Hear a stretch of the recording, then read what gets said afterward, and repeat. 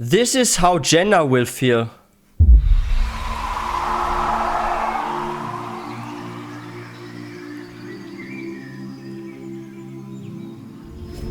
And when you come into Jannah, the angels are the ones who greet you. You know when you come to the hotel in this place, you get the serviceman, he's greeting you, yeah? Your serviceman, first serviceman inside Jannah are the angels. Allahu Akbar. And they say, Assalamu alaikum wa rahmatullahi wa barakatuh. Wa alaikum salam wa rahmatullahi wa barakatuh. To all your family members. All of you. Don't worry, they won't have this American accent, yeah? Just put that on. But what they will have is, they will have the language of Arabic.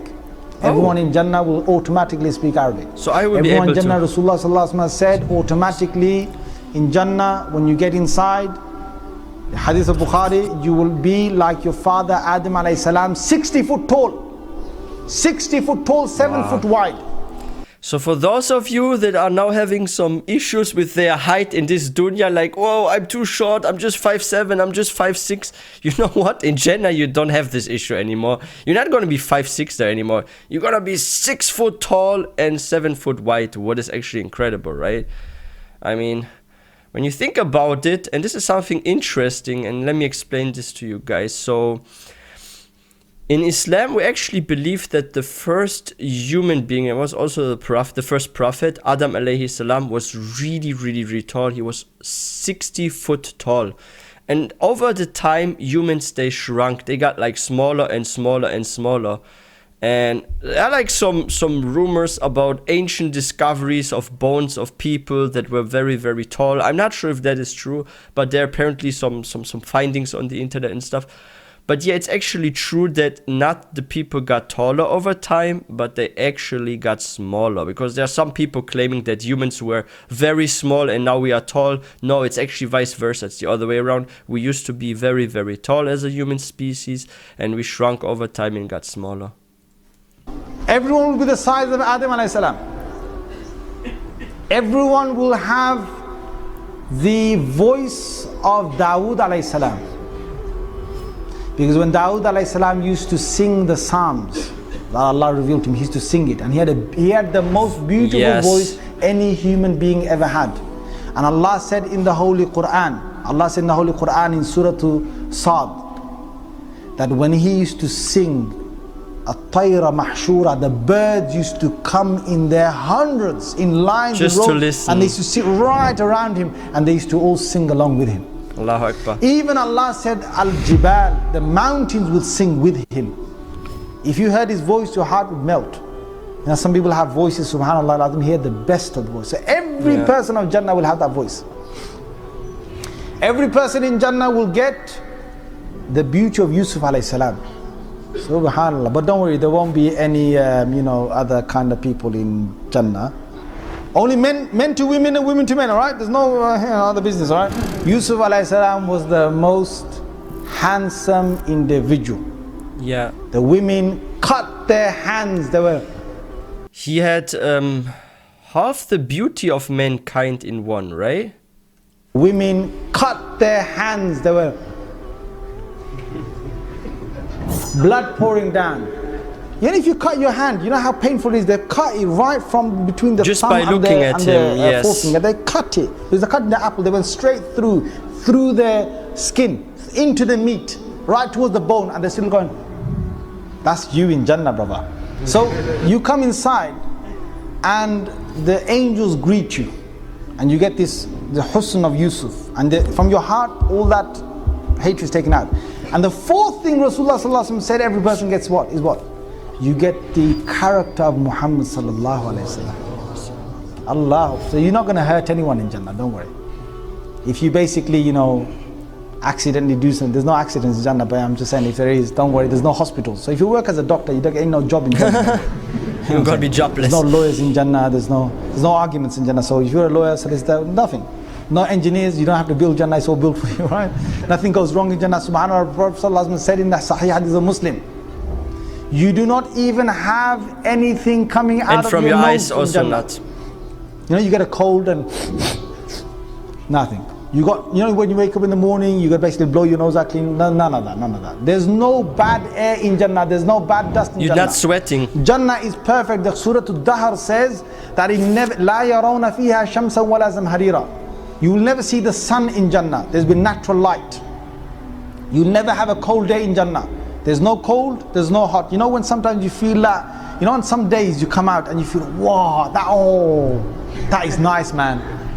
The wind is blowing just the right amount. Yes. And the sun is, you know, on your face just the right amount. You know that kind of day? That's every day in Jannah. Every day in Jannah. It never gets, and it gets better. It always gets better.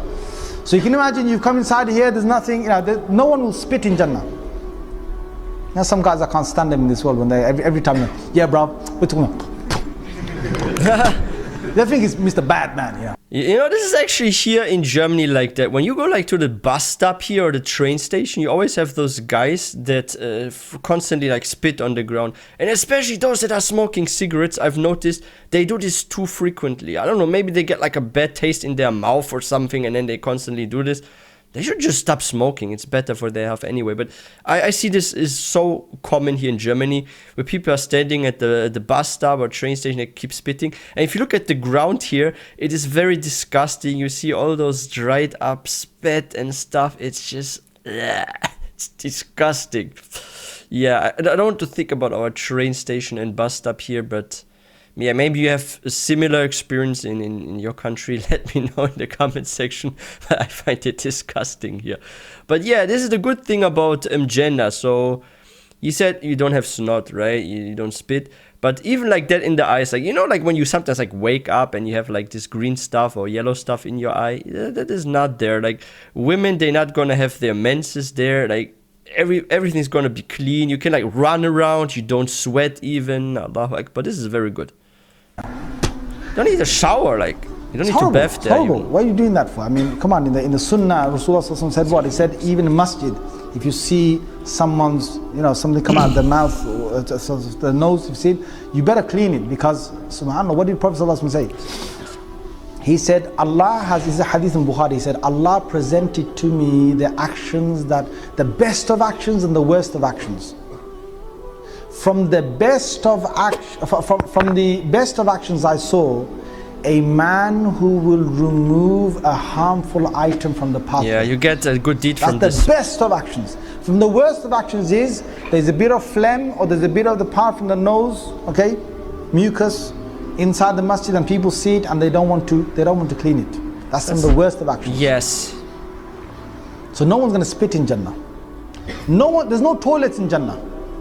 Woohoo! You can go, you can enjoy yourself, don't have to worry about the toilet. You can drink, you know when they drink alcohol, there's a problem of letting it all out, right? There's none of that problem. You can drink and drink. No one will go to the toilet in Jannah, and no one, and then that word, the Sahaba said, Messenger of Allah, what?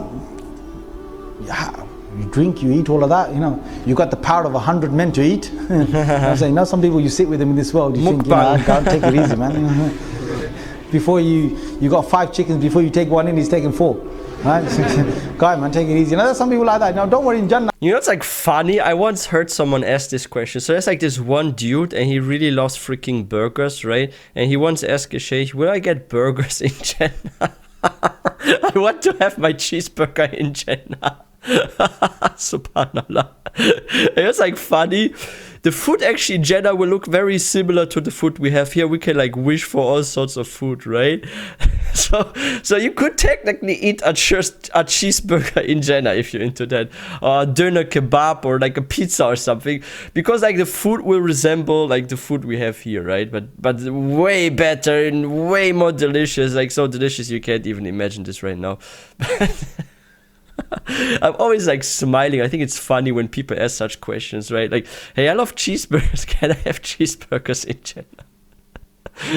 Subhanallah. Let's continue. Yeah, now you got plenty of food. Yeah, you know the food in Jannah is so much. La ilaha, so much. Yeah. You can sit there all day. It's not from hunger. It's for pleasure. You now, eat. You got the word. The Sahaba, they're worried. What's gonna happen? So Prophet said, "Don't worry. You just sweat." And it smells like musk, right? Sweat. But what the sweat is, Rasulullah said, your sweat will smell of musk. Yeah. So when you sweat, it's really nice because you got nice new perfume on yourself. So she's even dying to come closer to you because you sweat. I mean, the food needs to go somewhere, right? Inside Jannah.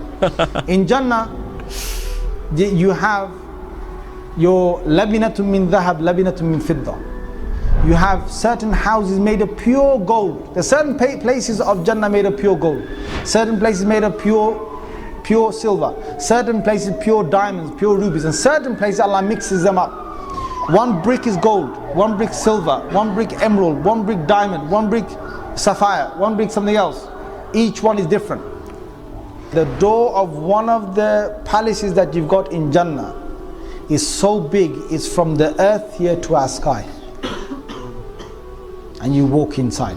When you walk inside, you've got one room that leads to another room, that leads to another room, that leads to another room, and each one, you can imagine the size of these. Each room has got 70 tables of food.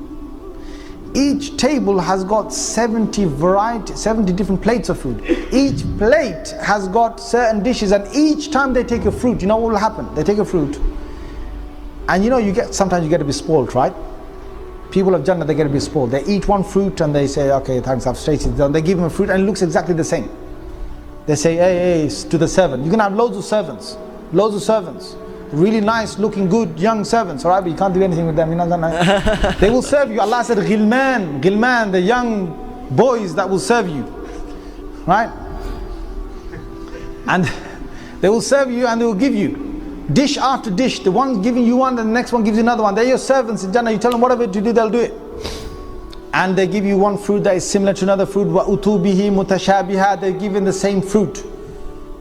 And say, hey, listen, why are you giving the same fruit? I've just tasted this one, give me another one. They say, no, taste it.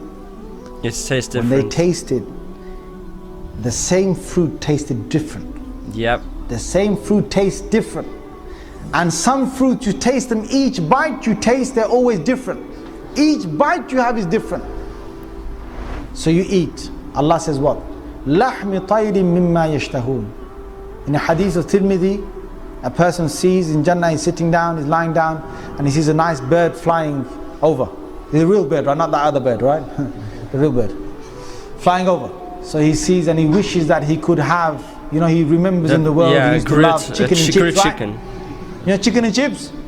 I'm not saying the hadith says chicken and chips, right? But I'm just saying like he probably wants that roasted right in front of me, grilled, barbecued, whatever, yeah? So he wants that. He just has his desire, and that bird from the air drops right in front of him, roasted, ready, barbecued, grilled, and he just bunches it, throws the bones away, and when he throws the bones away, that bones become another bird, the same bird, and it flies away. I can imagine some of you. So this is for the vegans out there, right? If you're like a Muslim and you are vegan and you feel like sorry for animals and you don't want to eat meat in Jannah, don't worry. The bird after you eat it is gonna be resurrected. It's just gonna fly again. It's fine. You just had a little taste out of it. It was okay. It didn't hurt. It just flies and continues to live on in Jannah, right? No, like seriously. Like this is so incredible. You see, there's like nothing bad even in Jannah. Like if you look at this example here with like how the bones turn into a bird again, you're not like taking a life in Jannah, but your stomach is still going to be filled, even though you don't feel it to get rid of hunger, because in Jannah you don't feel hunger or thirst, but you just do this out of pleasure because it comforts you if you have the good taste in your mouth, right? So like how sometimes, okay, maybe this is a bad example, but I can give you a good example. You know how sometimes like you visit a friend, for example, right? Or like a family member, and you already had like lunch, let's say, right? And you're not hungry, but they have some delicious cake or some cookies on the table. And even though you're not hungry, you just want to eat the cake and cookies because they taste good and they're like some dessert, right? Like something sweet, like some candy or something. And you can kind of like imagine it like that in Jannah, right? Where you eat out of pleasure, not because you're hungry, but because you see this and you think this is delicious, so you want to try it and have the pleasure of the taste, right? So this is how you eat in Jannah. You're just looking back and get, all right, get back here. Where are you going? You're too nice. Get back here. In Jannah, they have, according to Hadith of Tirmidhi, you have marketplaces. And these marketplaces, when they go there, the marketplaces have designer faces. You don't have no plastic surgery in Jannah, brother, sister, cosmetic, this, that.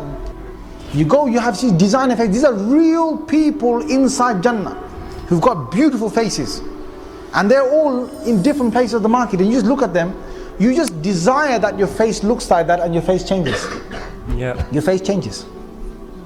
But you might get worried now, right? When I go back to my wives, they're not going to recognize me. They come back home and their wives come running out to them. And they say, you look even more beautiful than what you went with, the face you went with. You look even more beautiful. Yeah. They will have 70 pieces of clothes on them. Thin pieces, fabrics on them. Each one is a very delicate fabric on the Hur'in, the Hawra. 70. And through the 70, no worries, you're not gonna sweat. Through the 70 of these beautiful fabrics on her, he sees the love she has for him pumping like she's not gonna in sweat. her marrow bone. Forget the heart, it's in her marrow bone. Allah has created her to see nothing more than just you. Me, you. Yeah, there's no jealousy. Because Allah will make her be. In fact, right now, you know, you're in this world right now. You know, the hadith says, Prophet ﷺ said, you know, when a person's wife says things to him, bad things, oh, you this, you that, you never tidy up, you do you know, you get it from your wives. Yes, guys, nod your heads, say yes. Is he only my wife? I hear this often from people. Don't worry, she's a good person. Yeah, she's a good person. Okay, she'll be listening to this one day. You know what I'm saying? She'll be getting me back at this. But I say this to me. You know what's like sad about this? The example. I actually know people that either divorced or almost divorced because of that. Because one partner was like complaining a bit too much or something, right? So yeah, may Allah give us all righteous spouses, and for those that have spouses, make them even better over time. I mean, no, but seriously, like, this is the social problem a lot of people have these days, where everyone is super picky and super sensitive, right? Where if you don't do something properly, like, they're just gonna complain, and some people are even going to leave or trying to seek a divorce for that. Like, I see sometimes people, they divorce for the smallest reasons, just like someone is, I don't know, not clean, like putting their clothes somewhere, or someone is like forgetting stuff while shopping, or this and that.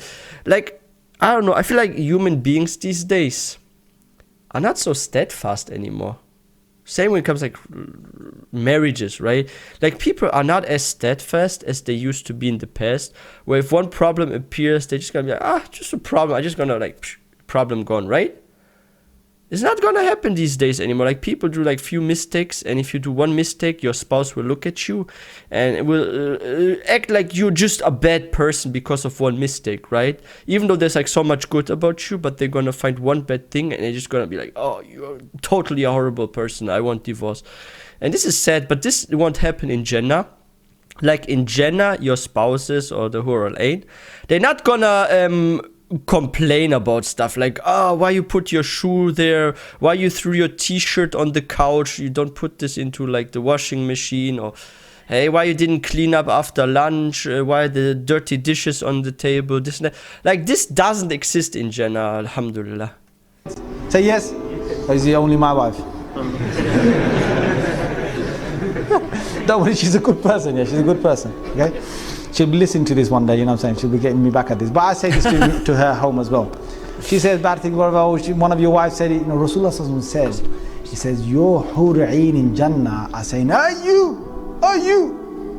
Stop saying that. He's our husband as well. Our husband as well.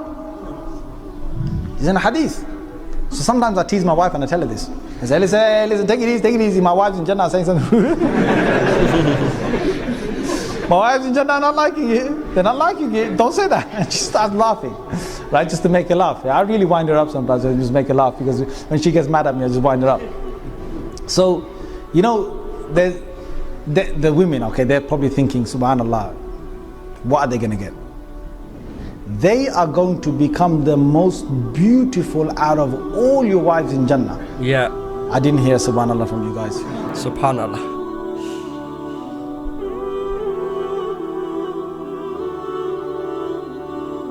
That's just, oh yeah, that's a summary. Natural light.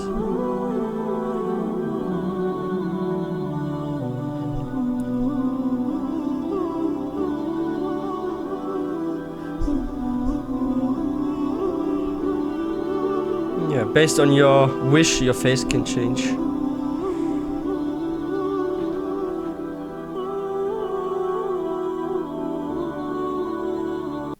Wow. But yeah, this is why we have to always remember that this dunya is temporary, right? And we all like don't want, like, if you could see Jannah, and this is actually something that prophets did, right? Peace be upon them. Like when they saw and they knew about like paradise, and they were asked like, hey, do you want to stay in this dunya or you want to go to Jannah? What did the prophets say? Peace be upon them. They wanted to go to Jannah. Like they didn't want to live longer. No, I want to go to Jannah straight away. And this is the same for us Muslims. If you would see actually how it is over there, like, yeah, you don't want to sin even anymore here. You're like, oh, I get this if I don't do this. You know what? Now it's easy for me to not sin. But if we get to see Jannah, then the trial on this dunya is like half done, or more than half done probably. So yeah, this is why we can't see it yet. But yeah, we have to work hard for Jannah. We have to refrain from sins. Always seek forgiveness. Always do tawbah. It's very, very, very important, guys. And one day we get there. And time is also differently in Jannah. This wasn't actually mentioned here, but this is something I want to add. So some are probably wondering, what about my friends and relatives if I want to spend time with them? And those of you that have like big families, right? Like maybe some have like big families or big circle of friends, and you want to see them all, right? And you're like wondering, like on this earth, for example, oh, now we have like, let's say 11 a.m. I have to be somewhere at 3 p.m. I have to be somewhere again at 7 p.m. So for example, you want to meet people, and in this dunya it's impossible because you don't have the time to spend the time with your loved ones, right? Like your relatives and friends. But time is differently in Jannah, and you can hang out with everyone, with every relative, with every friend. And time is not a problem, and you can see everyone. Like if you had not so much time for certain individuals in this dunya, and if they also get to Jannah with you, you're going to be able to spend time with all of those people that you were not able to spend time with in this dunya. So this is also something very, very beautiful about Jannah. And yeah, if you guys are new to this channel, please don't forget to hit that subscribe button for more content. If you guys enjoyed this video and found it informative, please don't forget to give this one a thumbs up, and I will see you guys next time.